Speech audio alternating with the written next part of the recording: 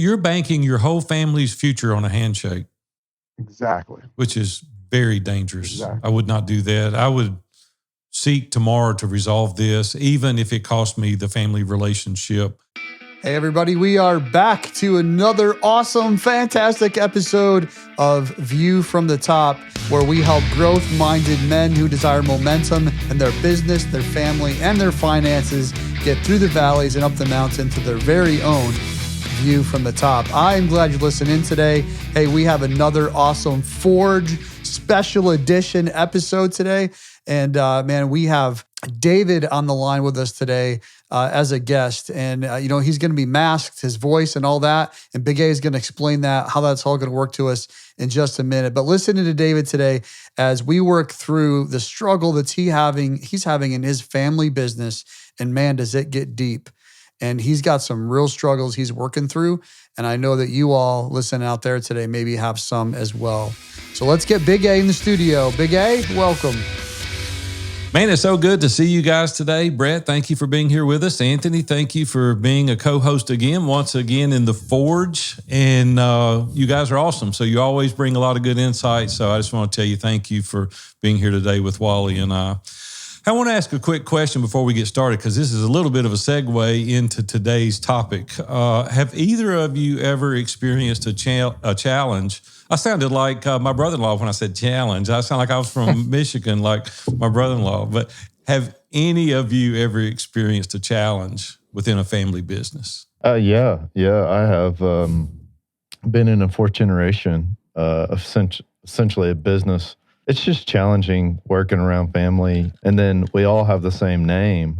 So you're consistently dealing with customers that maybe they worked for and keeping those boundaries, because if we start working for one of the other family members' customers, then we're likely going to hear about it at the Christmas party or something. So it's just challenging overall, especially when we build a business and our name has been around so long and we use that business name to keep family first above business and everything else. So yeah, it's challenging, still challenging today. Do you guys use it's exactly the same? Barnhart Excavating, like it's the same? Yeah, so, after my great-grandpa, 2 generations, 2 brothers did it, and then that was my grandpa and my uncle, and then my dad and my uncle have separate businesses, and everybody uses the name because that's what people know, wow, right? Name. Wow. So not only with customers, but vendors.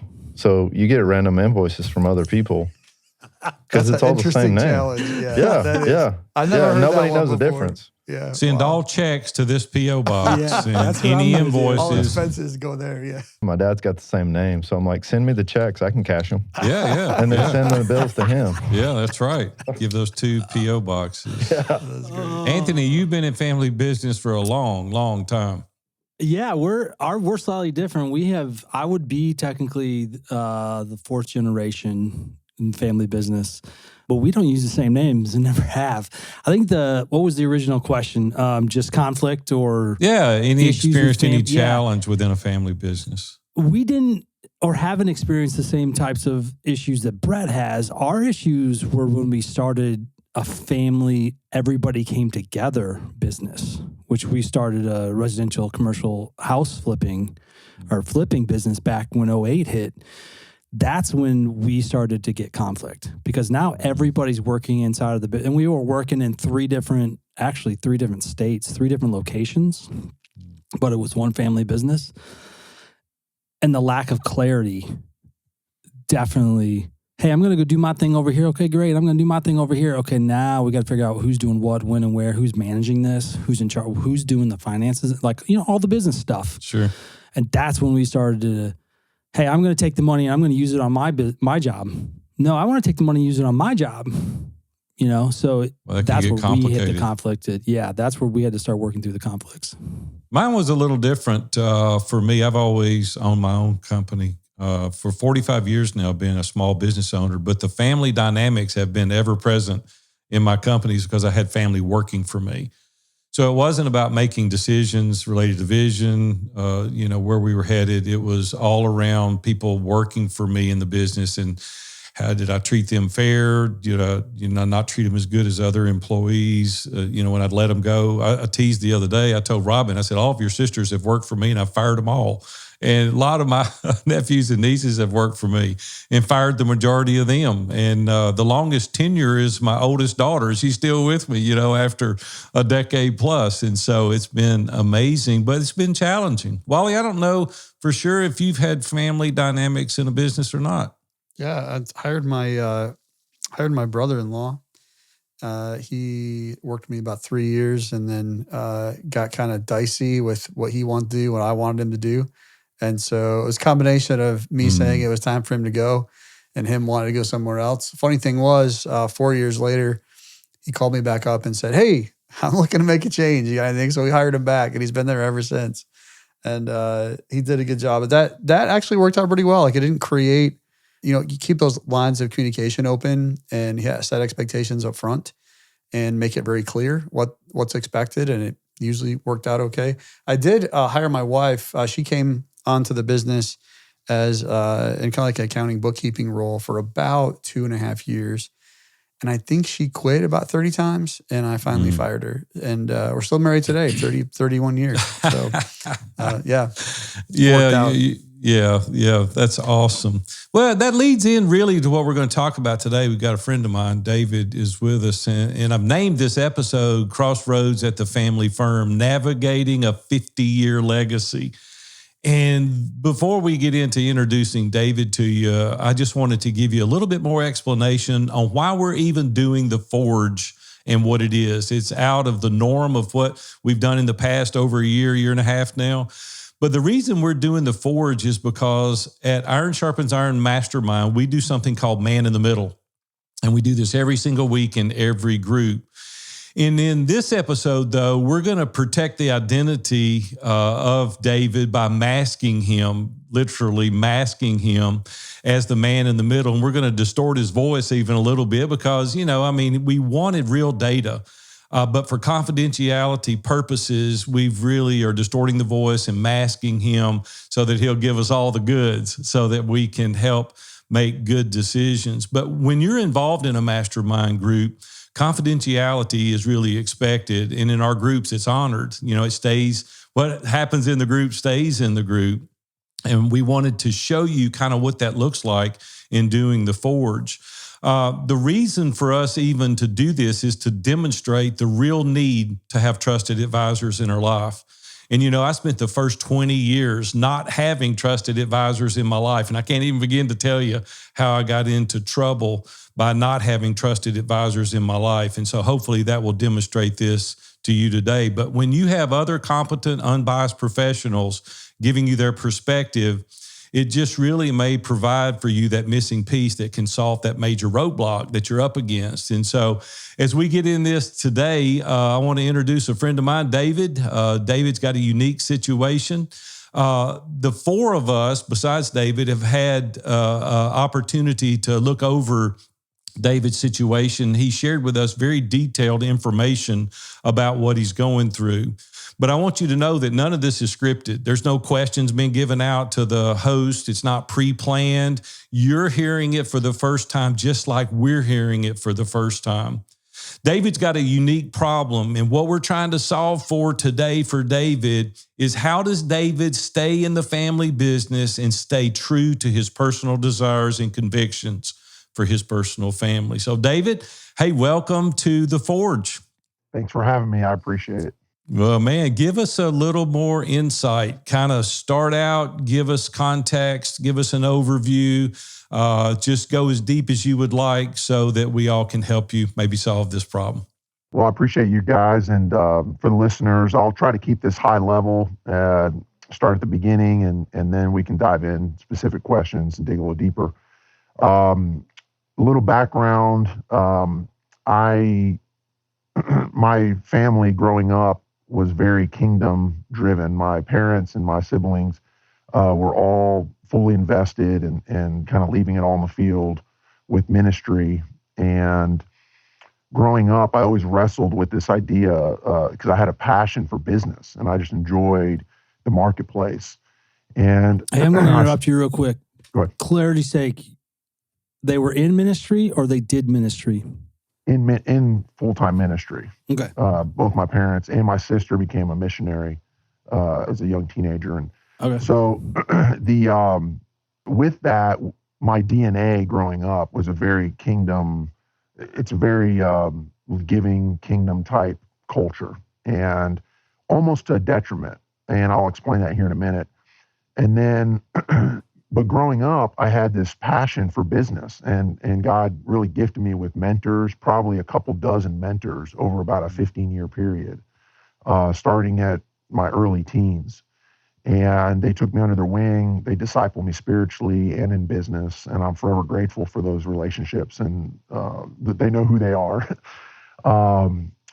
And through that journey, I really wrestled with this idea of, how do I make a kingdom impact for the gospel and for helping others and lead and grow a profitable company. And so I wrestled with that for years. And one of the things that God connected me with was a C12 group. And that was a big catalyst to help forge the belief that the marketplace is really my ministry platform. And so we can have just as much, if not more, impact in the marketplace than we can, vocationally within the church or otherwise. So that kind of set me on this journey of like, what does that look like? So you build a big company, and what do you do? Just write checks to, if your gift is business, right? Besides discipling your team and leading your team and serving your team well, and of course your family and your health and your walk with Christ, from an outreach standpoint, what does that look like? And so I met Alan Barnhart. So that's why I said I was going to use Barnhart's name over a decade ago. And he told me his testimony, and it really kind of messed me up because his testimony, and it's public, you can see it on YouTube, is essentially that God convicted him to set a lifestyle limit and then give everything past that away. And so I really wrestled with that. And my wife's family, their DNA, also very kingdom driven, sold out believers, a strong walk with the Lord. But the business side of their, culture is more build a large company or larger company, and then use that company to help other people. And so the business we're in is very capital intensive. And so my struggle, where I wrestle with, and one of my underlying issues, even within the family business and just personally, is how to reconcile this. And I guess the best way to explain is I'll give you two extremes, and I think both of them are kind of wrong, but this is kind of to paint the picture and make it real clear. One extreme is you build this multi-$100 billion, company, dynasty, so to speak, where you've got room for your great-great-grandkids to have opportunity in growing. And so you retain all your earnings within this, or most all your earnings, to continue to grow the infrastructure of the company. That's one extreme. And then the other extreme is you give it all away and you stay broke and you die broke, and you purposely set out to say, my kids are going to get zero, and I'm going to leave it all on the field. I'm going to give it all away, and I'm going to teach my kids through discipleship the power of the struggle and teach them how to come up and make their own way. So those are the two extremes, and I know people personally in both those camps, and neither one of them sit well with me. And so finding that balance, because that kind of dictates the finish line financially, right?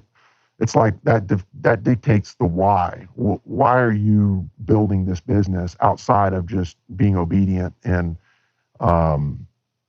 providing for your family, and what's the real underlying root driver?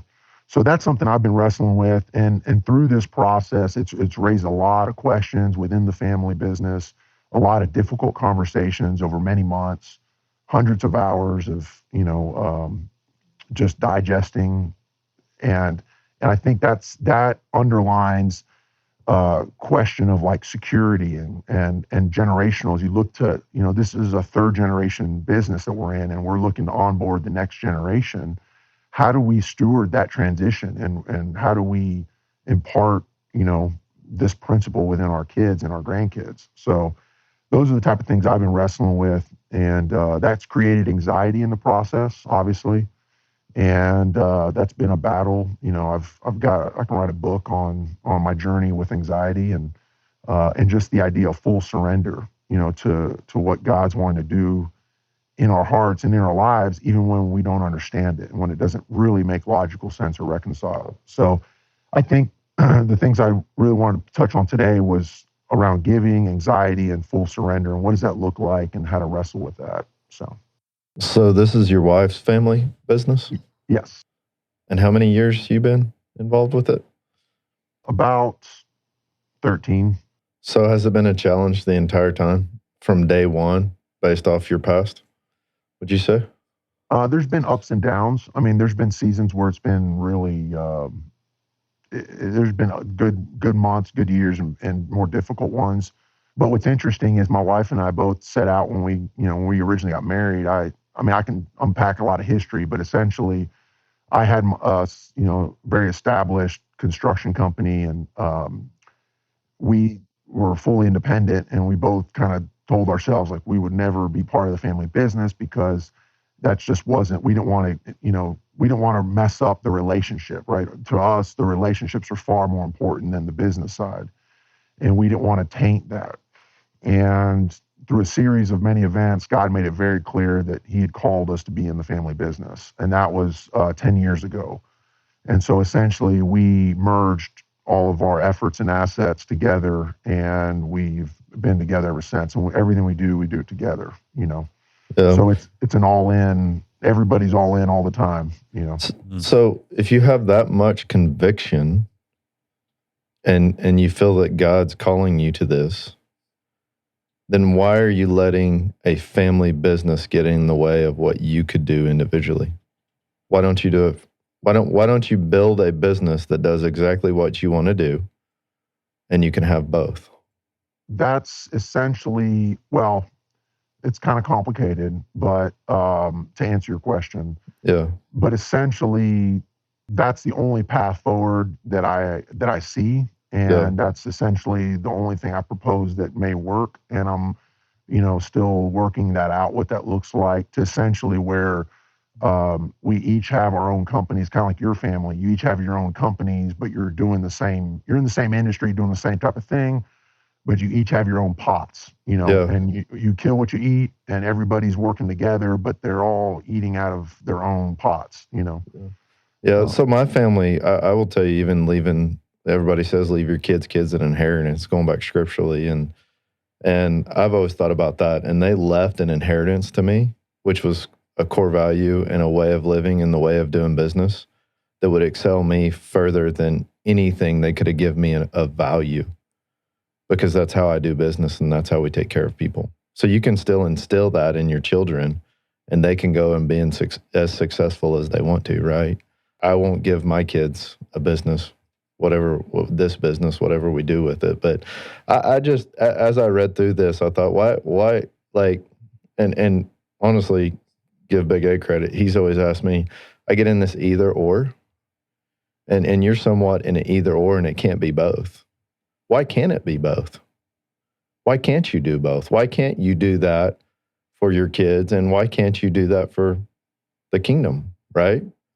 And then I have to ask myself, are you chasing what you want instead of what they want? There's other people involved. I even reading through this, I'm grateful for all the hard things that I had to go through of not getting something and having to live with family, because we all have our own. How do you respect what maybe God's called them to do? We look at Chick-fil-A or Hobby Lobby, and if they just gave it all away and they didn't continue to build, could they invest in the Bible Museum and that they just built? So there may be something bigger that God's going to do through one of those kids that you can't see by building this empire to go and make a huge difference in the world. David, you said that you're looking at that as not the only option, but sounds like that's the direction that you're going as far as having the business, but doing your own thing as well, and not merging them, but keeping them separate. So you have your own path, if you will. What are some of the obstacles that you've come across that you're facing right now or anticipate facing in pursuit of that? I think for me, it's the inner, it's having, and I told Big A, he asked me what's the takeaway. And I think for me, it's the inner peace. It's knowing that I'm doing God's will, God's way, and I'm not trying to, manufacture or chase something that's not of Him. And so for me, it's just this idea of just waiting on God and that being at peace with His pace.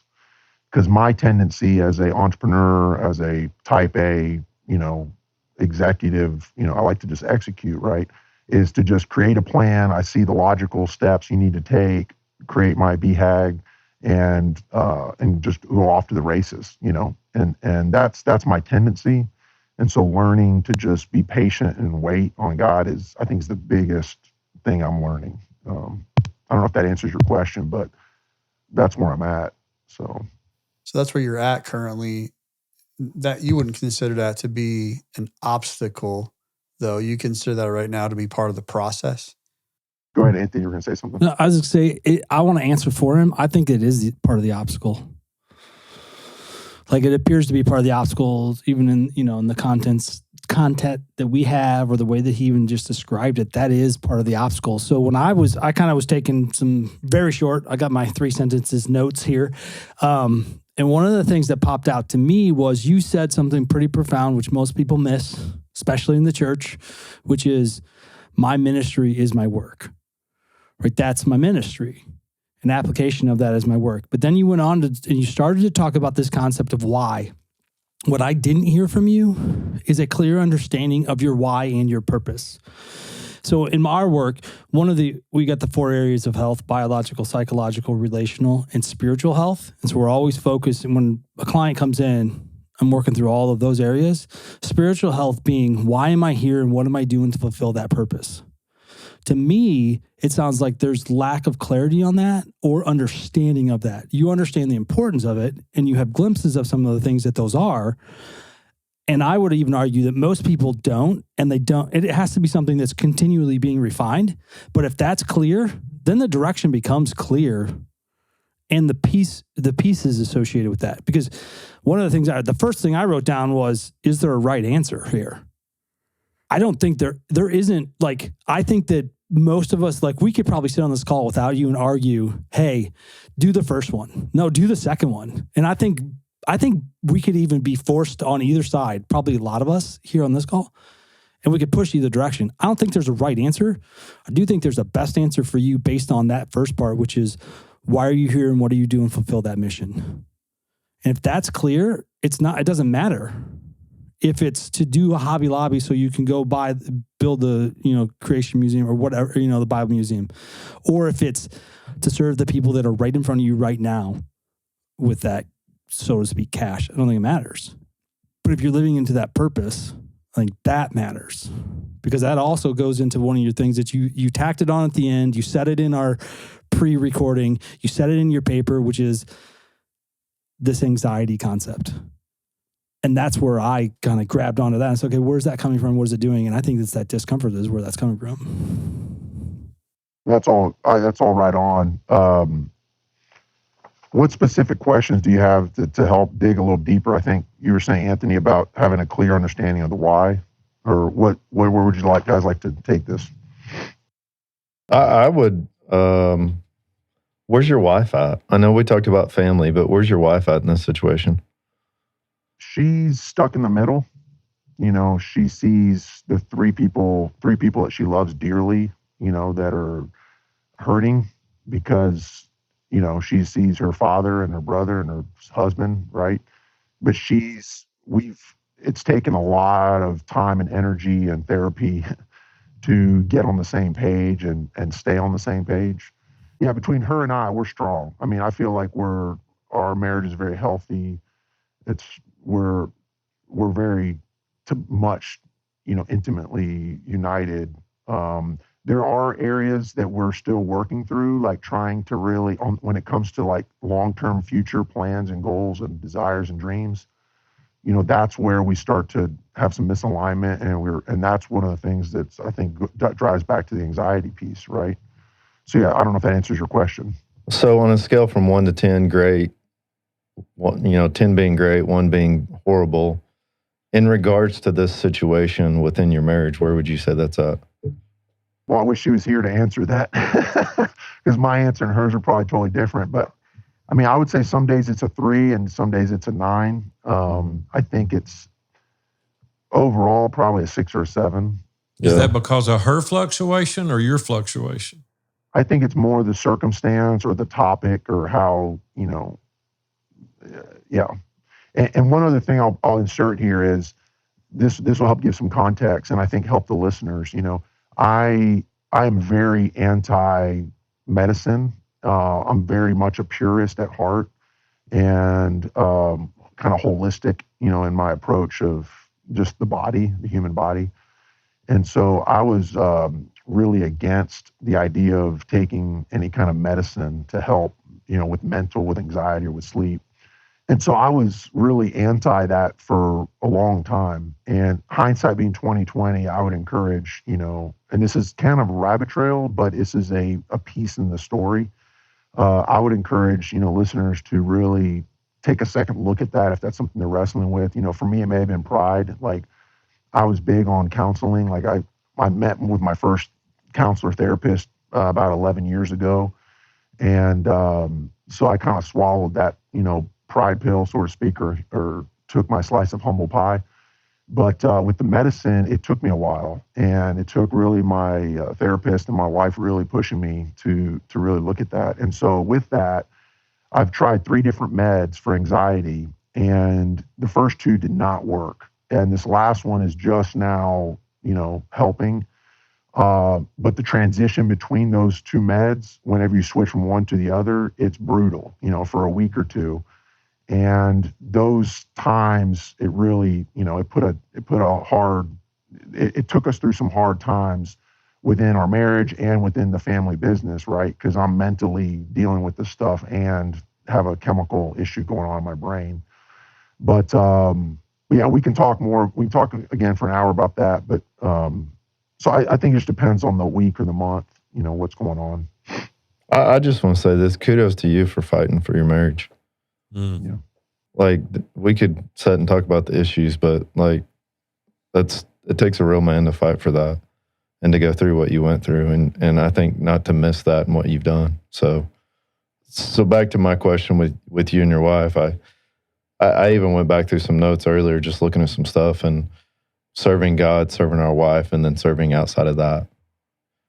And if we get too caught up in serving outside of that and miss serving our wife and hearing our wives, I think that can be very, very challenging, right? You're serving a mission before you serve what God called you to serve first, outside of Him, which is her, right? So that's why I asked the question of like, where are you at with this? Where is she at with this? And you're fighting for an outside belief at what cost? And at what cost are you willing to go to get what you want for an outside mission, right? So you're fighting to give all this away, and at what cost is it costing you and your wife? So is it a pride issue? Is it because God wouldn't? I don't want to get it too much into this saying what God would or wouldn't do, because that's getting in a I don't know. As long as you can quote a verse, you're fine. So. Yeah. Don't be presumptuous. Yeah. So just, I don't know. And I'm thinking out loud. So just letting that mission get in the way of hearing your wife and walking this journey with your wife and coming together and both of you working together and going back to that either or and fighting for something you believe to get her. I heard it, and I used to argue with people like crazy still sometimes today, get into this, and when they say you're right, you lost. And if she gets to that point to say, well, you're right, we should just give it all away. You didn't win. She just got sick of hearing you, right? And then that's where death by 1,000 cuts starts. And then whatever happens in your marriage, would you regret it that you won this and lost something on the other side? David, let me give you a little hypothetical scenario. If you were to become the CEO of this company today, what are the 3 things that you would change to make it in perfect alignment with what you desire? Honestly, I don't even know. I don't think I'm prepared to answer that question. And I don't think, and that's not a cop out. I just haven't given it thought from that regard. I think the big thing that's centered around me is the giving piece. And I'm wrestling with that. And I don't know from as an investor, I mean, we are investors, right? How do you have a kind of a triple bottom line, right? Where you're having a financial return that makes logical financial sense on the investments and the stewardship and the projects that you're developing and investing in. But then also, how do you have a spiritual and social impact? And to me, that's the thing that I'm wrestling with, because again, the track that we're currently on is very much a build bigger barns. And I'm having a hard time seeing the kingdom, advancing gospel. I'm having a hard time reconciling the Great Commission with, the Hobby Lobby business model. Let's put it that way. And the Hobby Lobby business model, at least in that regard, you can say, okay, well, they're giving, it's very evident, or at least they may use it as marketing, right? But they have an outward focus to what they're doing. And I don't see that within our family business, David, how come you're in business and not in ministry? Well, I think my primary ministry is my family, right? And so, how come you're not vocationally in ministry? Because God hasn't called me there. He's How clearly called me. Because, well, if you really want to know, it's a really long story, but he almost took me to bankruptcy about 10 years ago and made it to where my only option was to work within the family business. That's number one. And then I spent the last year and a half really digging deep into, is this where God has us? And is this where God has us? And the answer has been yes. He's placed us here, and he's placed me in the hot seat for a reason. So is the only reason you're thinking about changing because your discomfort? Well, I'm not thinking about changing. I know God's placed me here, and here's the other kicker, is that I'm not expecting my partners to change either. I'm not expecting them to change. This is something that's got to be a change of heart within me. It's got to be God doing something miraculous within the family business. And potentially it's the both and, not either or. So potentially it's starting a similar type overlapping business outside of the family business that complements it, where we could pull in tandem alongside each other, but we have 2 different entities. And that's what I foresee happening in the next, 1 to 3 years. David, you're an equity partner currently, correct? You're an equity partner. Yeah. Well, why can't you and your wife take whatever that percentage is and do whatever you want to related to ministry, leave the remaining equity into the business, continue to operate, but it's not either or. Like we can do this. Like, do you feel like you have to be in control of all of the equity in order for it to be that? Or do you feel like that you and your wife can just say, this is our portion of the pie and we're going to distribute it the way we feel led to do? That's a great question. And again, I don't really know how to answer that. I think that would be really clean, nice and easy in some regard. But it's the DNA of the family business is a certain way where we do everything together and we do it for the family. We're not building a company just. What does that mean? Yeah, here's the thing, man. I don't understand. Like, if you're called to this, why aren't you all in and in alignment? Why are you anxious and there's no peace? If you're called to this thing. Well, so I'm going to throw more on this without getting any answers. What I thought was interesting, and Big A said, hey, what are the 3 things you would do if you're CEO? And you're like, I can't answer that question. I could have probably said that for you. I'm like, I don't think he can answer that question.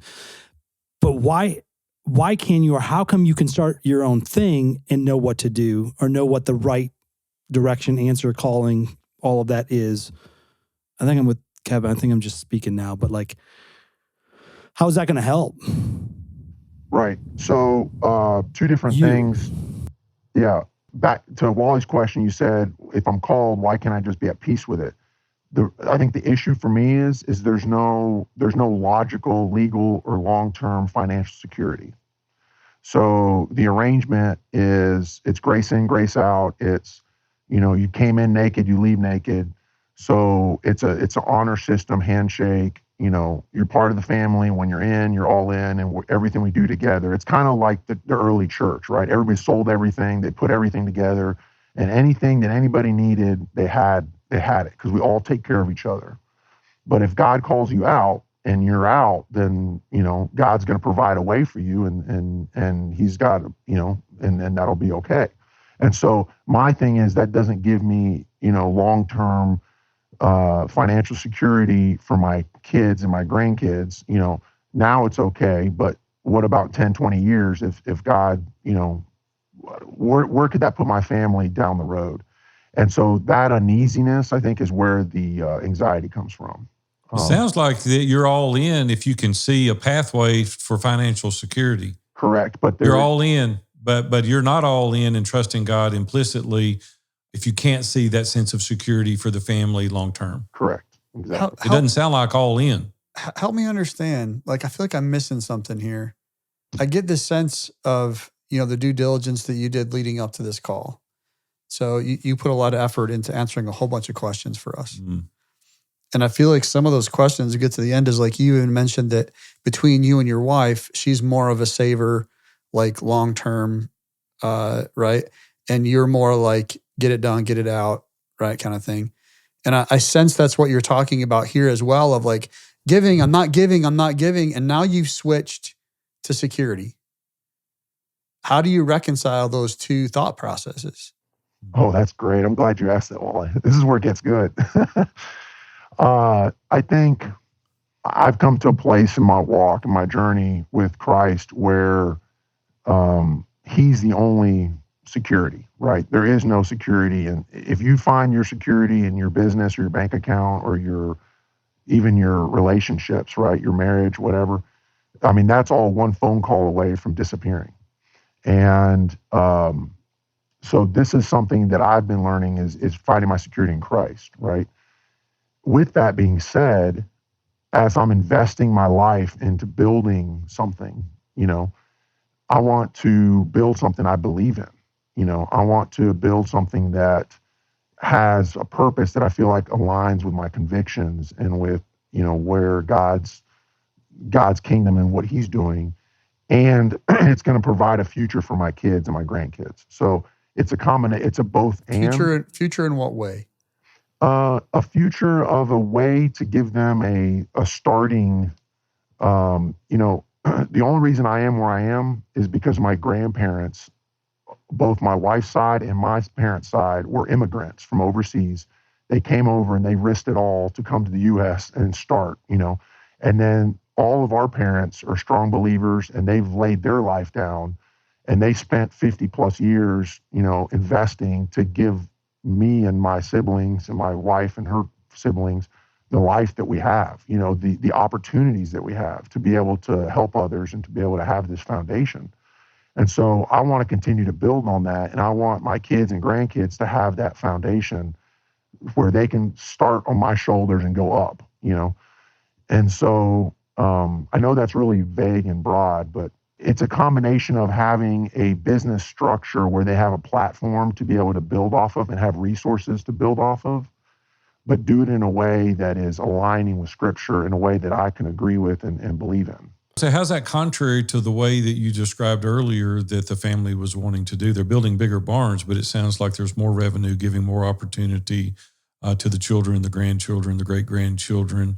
It sounds like it's very similar to what you just described. Yes, there is, and I think in a previous conversation we have the same or similar values, but our personal preferences are very different. And so how we go about doing that looks very different, and that creates tension and friction. Sounds So like the those are the autonomy things that you piece. would. Sounds like Yeah, autonomy. It sounds right. like you desire more autonomy for the future of Yes, your right. family Correct. versus the Yes. autonomy. That's the key factor. Yes. Of course, you have anxiety, David. Right. Like, I was just saying, like, of course you have anxiety. Like, how do you see a future? How could you see a future without, going against your own, what I'm assuming you would describe as your own conviction? Right. My wife has used the analogy of Jonah. There's times where I feel like Jonah, and there's times I feel like Daniel, if you know the story in scripture. But, there's this sense of like, when you look at it from the outside, like, well, why don't you just go do this? Or, it seems really simple, right? But it's almost like this is somewhere where God's placed me, and it's not that I dearly love our family. And that's the other thing is I'm fighting for reconciliation within the family, and even other siblings that are no longer in the business, I'm fighting for them because there's brokenness in two of the other siblings that are no longer in the business because of these same issues. So I'm kind of like the last man standing, but I know that this is where God has me. And so it's this idea of like, how do you go to Nineveh and do what you don't want to do?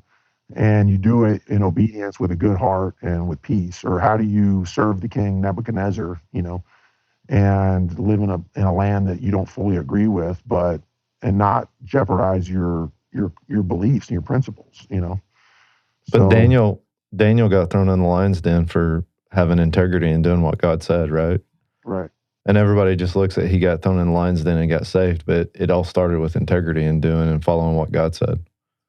So if you were Daniel and you obviously know what you need to do, what are you going to do, even if it comes at the cost of going to the lion's den? Are we talking about moral issues or are we talking about calling? Calling, not moral. Yeah, I'd say I calling. just wanted clarity. Yeah, it's not ethical. It's not moral. It's calling.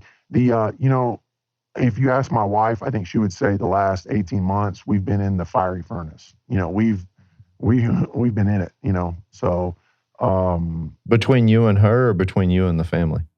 Between me and the family, and then processing the burden of all this internally. We've got six-figure medical bills, and we've got over a team of a dozen doctors to back the claim. So and several thousand hours invested in this conversation. So it's not this is not a new thing or a light thing, I guess. So what?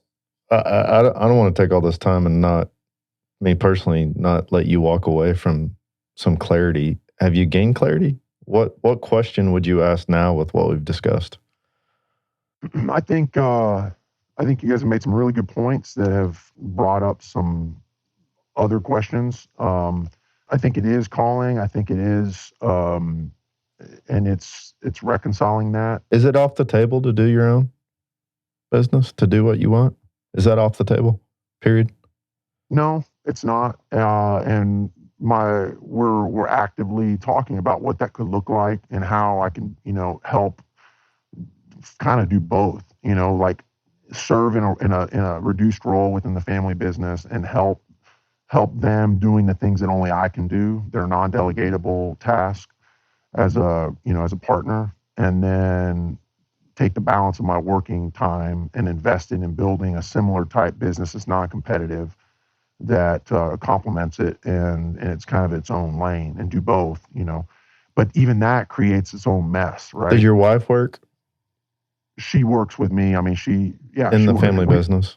She homeschools. We homeschool several kids, and she helps not as an active. No, she's not an active contributor in the family business. No. If you got off this call and walked in there and sat down with her and said, "Hey, I want to start my own deal. I want to protect your family. I want to protect the relationship.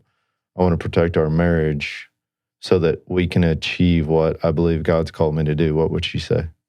I think she would back me. But again, reconciling the fact that God's placed me, it's almost like, again, I'm in the belly of a whale headed to Nineveh, or I'm David, how do you know that? How do you know this was God's calling on your life? What transpired and what's got to happen for God to call you out, and how will you clearly know that? Before you answer that, help the clarity here in alignment with that question.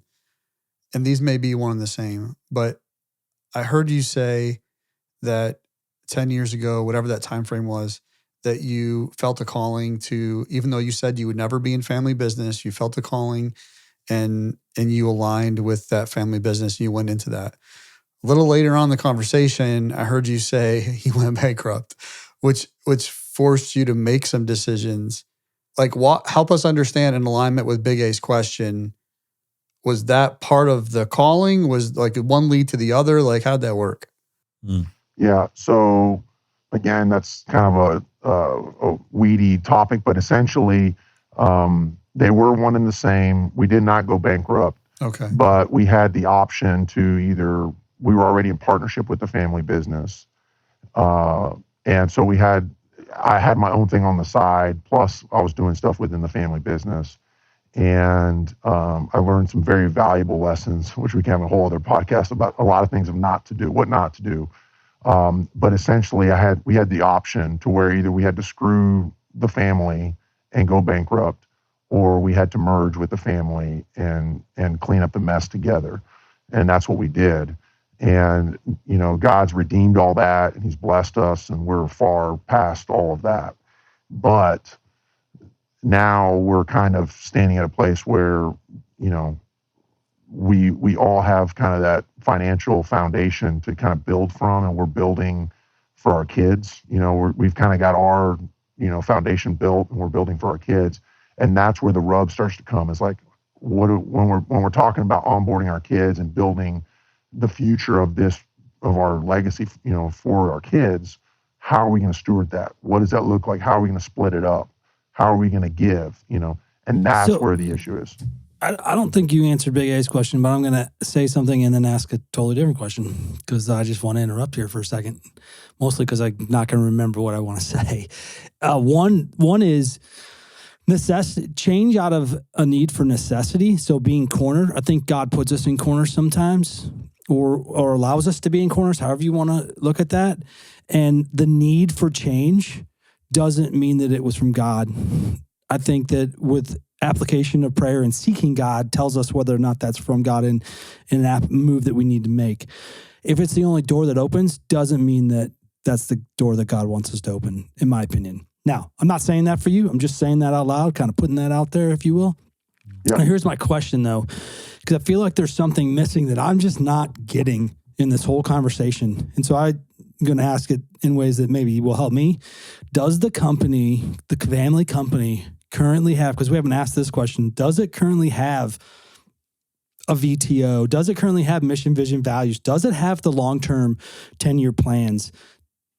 Is there establishment of that part of the operating system of the business? Or is it we're a family, this is the way that we've always done it, so we do it that way? It's the latter. And if it wasn't writing, I wouldn't agree with parts of it, which is why we're having this conversation. So this is, now I don't know all of the nuances here.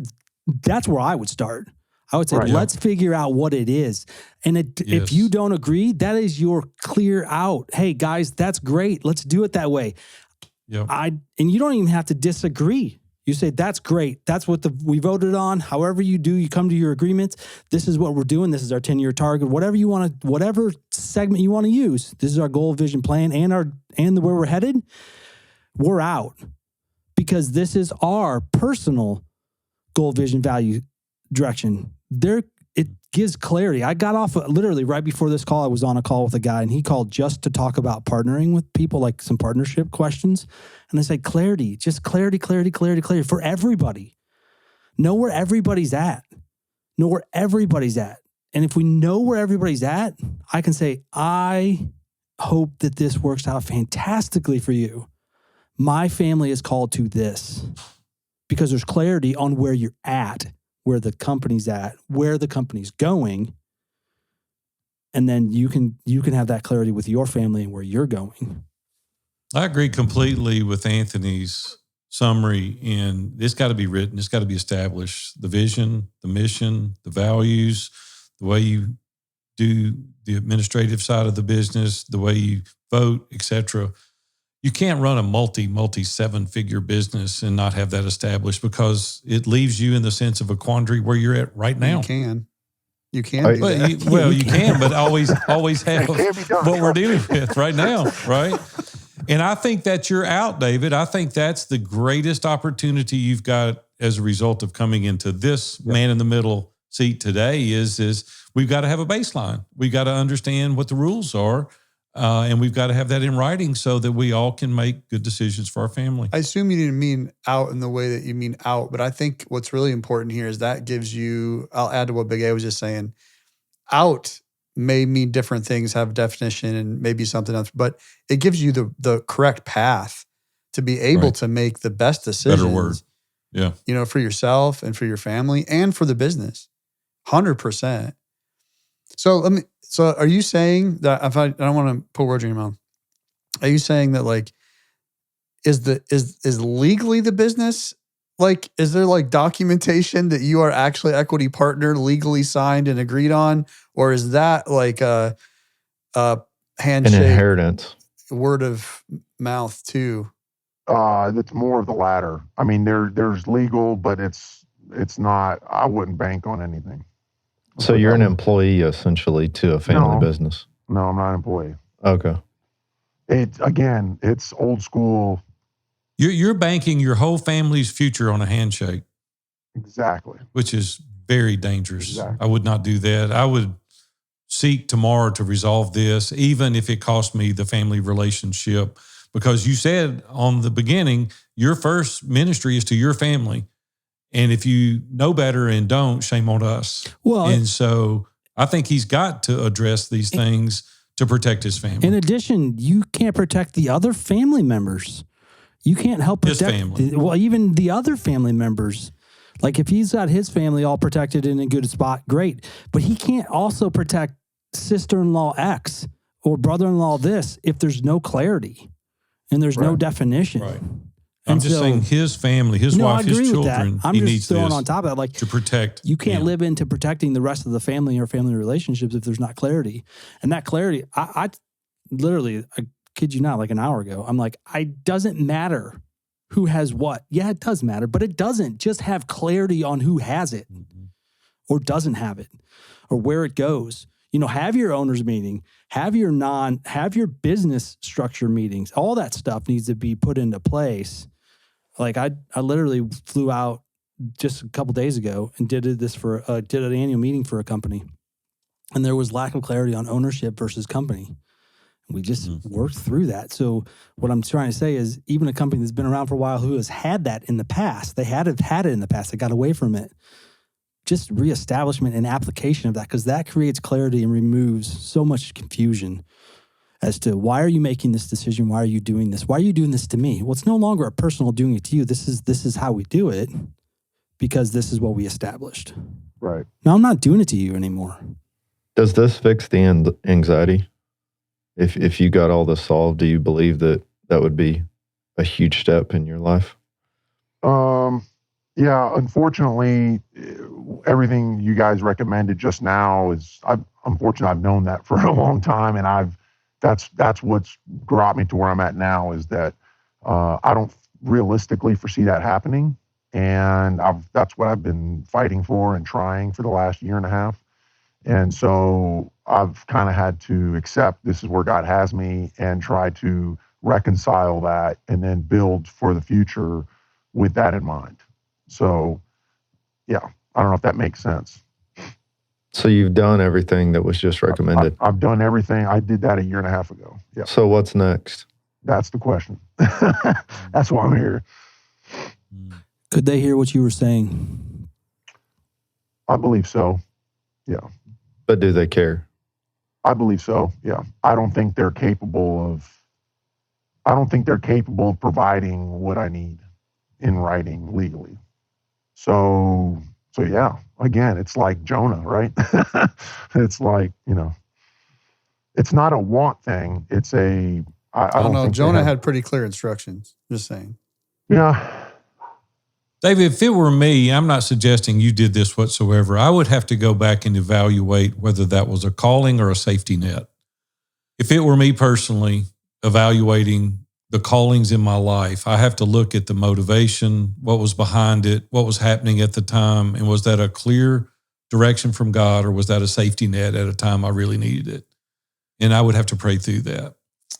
I could be wrong, but I get a feeling of if I don't stay in this, and maybe this is your wife, I don't know your wife, but if I don't stay in this and do this and live through this, will my kids and will myself and my wife miss out on this empire that's being built by my family? Oh, absolutely. But it's not really the empire. It's not about the money. It's about the relationships. It's about the... You can have relationships without being tied to the assets. Yes, but when everybody is doing things together and you're not, when they spend 50, 80, 90% of their awake time working on a certain project together, and you're not doing it together. Right. You're agreeing to do it how they are. Point blank, you're not doing it together. You're just following them. Right. And you're miserable and you have anxiety and you've spent tons of money. You're not doing that. Right. That's my thought. Yeah. No, you're right on. So, David, is there a succession plan? That's what started this whole thing a year and a half ago. Is looking at... Is that yes or no? No. There is, or there's... Yes and no. I mean, there's a succession plan in what regard? For my generation? In regards to...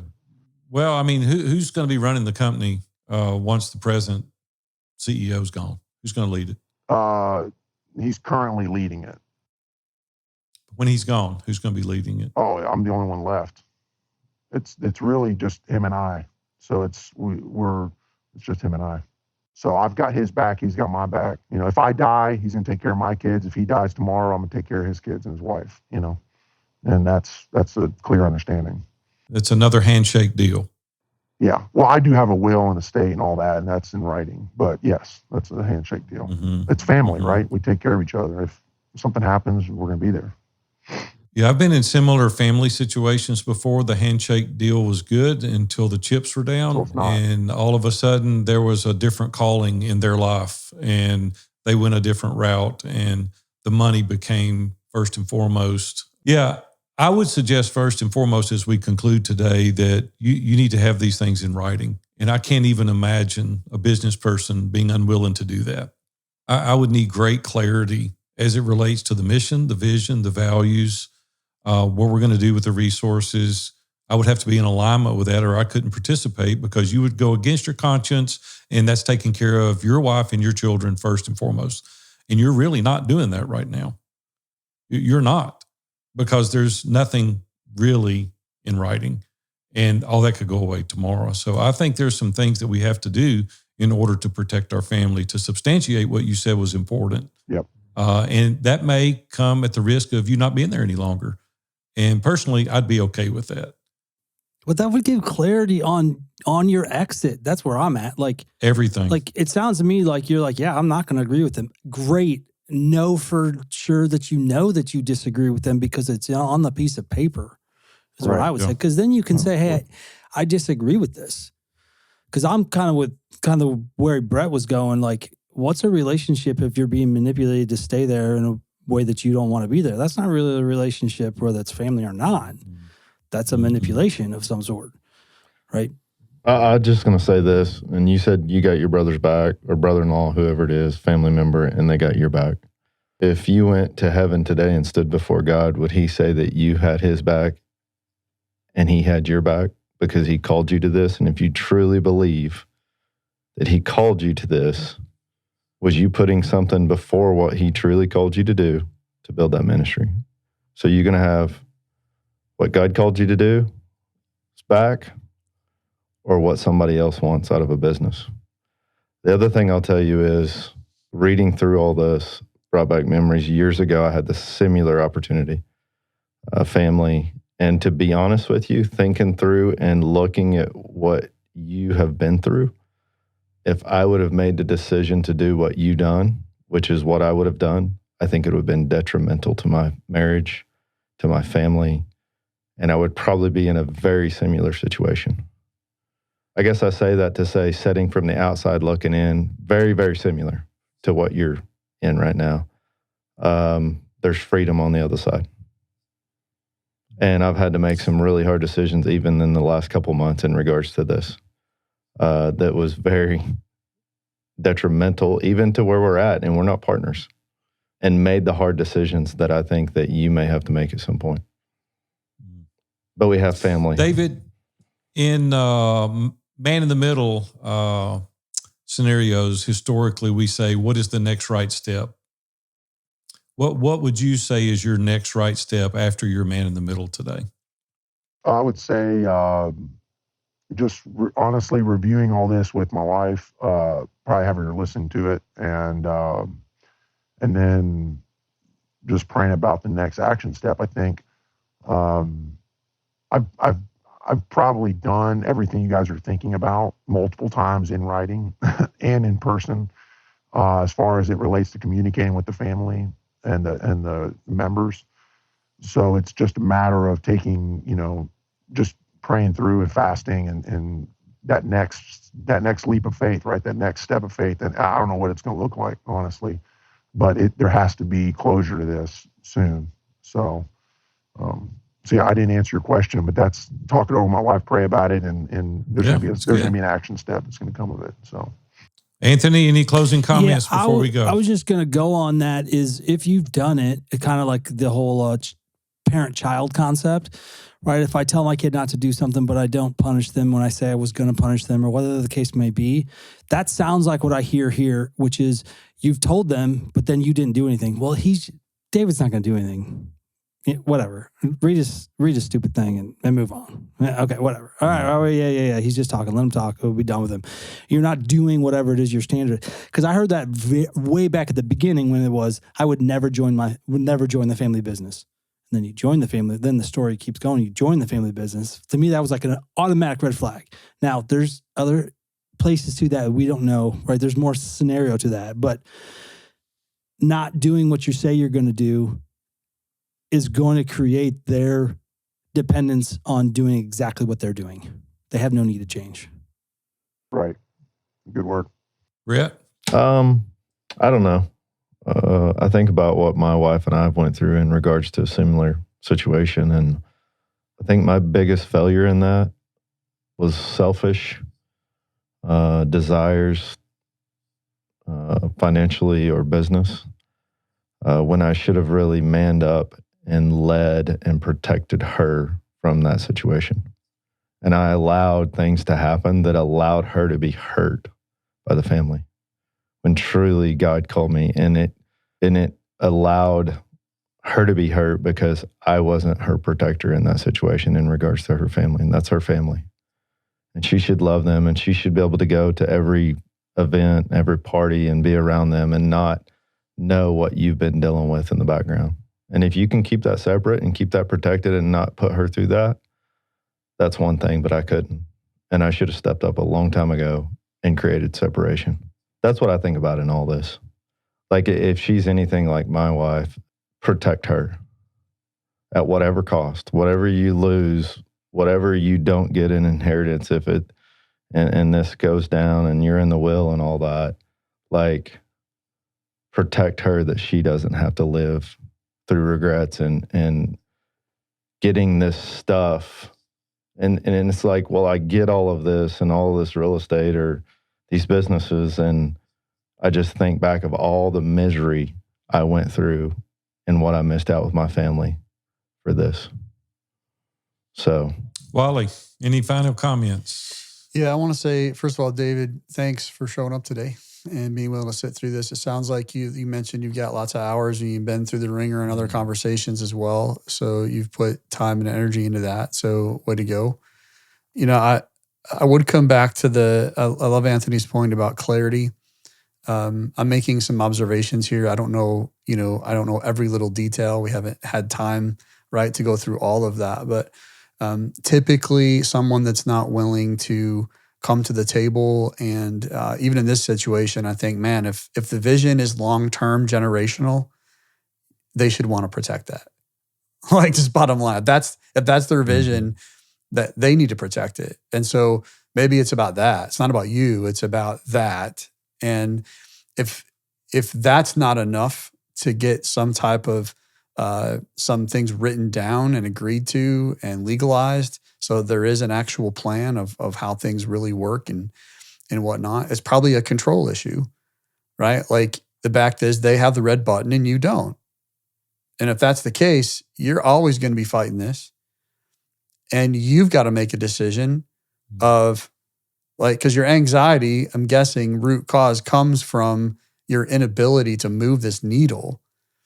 And so you've got to make a tough decision. You're in or you're doing something different. I mean, at the end of the day, like if you can't influence change toward an end where there's something written down and you can get clarity, like Anthony said, you have to make that decision at the end of the day. And I'm with Brett. As hard as it is, and again, I know there's tentacles and there's other things going on, right? You try to unwind things. I get all that. But at the end of the day, we all know, like, what is it that normally causes us that tips the scales? It's usually one decision. And it's all mental. And so at some point, you're going to be faced with that. And my prayer for you and your family is that, you know, God blesses it and you're able to influence change and for the right reasons and all of that. And you get that clarity and then you're able to make good decisions. And if that's not how it falls out, then you're able to be bold and courageous and borrow courage from your ISI brothers. Yeah. David, I'll end by saying thank you. It takes a lot of courage to be man in the middle, to sit there and just be plummeted with questions and try to defend yourself, yet take heed to some of the wisdom that these guys have shared with you. And I'll leave with just two parting thoughts. First and foremost, there's no tangible possession or title worth your peace. The anxiety at some point is going to build within you a sense of bitterness and anxiety that's going to be difficult to overcome with your family. And so I would just really evaluate, first and foremost, going against your personal convictions, because you being a man of God know that when we do go against our convictions, it's sin. And you certainly don't need to go down that path. So I would just implore you and your wife both to get on your knees before the Lord and say, what is it that you're calling us to? Because you're not the author of confusion. You want me to do my very best and use my skills and my talents. And right now, I feel like I am in Nineveh, and you know I don't need or want to be there. And so it's been very, very good for me to see the interaction of this group and their love and concern and compassion for you. And hopefully our episode has been beneficial and helpful to you. So those that are listening out there today, just think through it in your own scenario. If you're contemplating going into a business or if you're currently in a business, just think through some of the things that you need to do in order that you can be highly successful and significant so you too can have that view from the top. Thank you all so much for listening in today. Another episode of The Forge. Hopefully you found it was pretty amazing and helpful for you guys. Hey, if you want to get involved more in the View from the Top podcast and even start conversation and communication around topics like we talked about today with David, go ahead and head on over to viewfromthetop.com/group. That's viewfromthetop.com/group. That'll take you to a private Facebook page where you can join that group and start joining in the conversations that we're having even more in depth than we're having here today. We'll see you next week.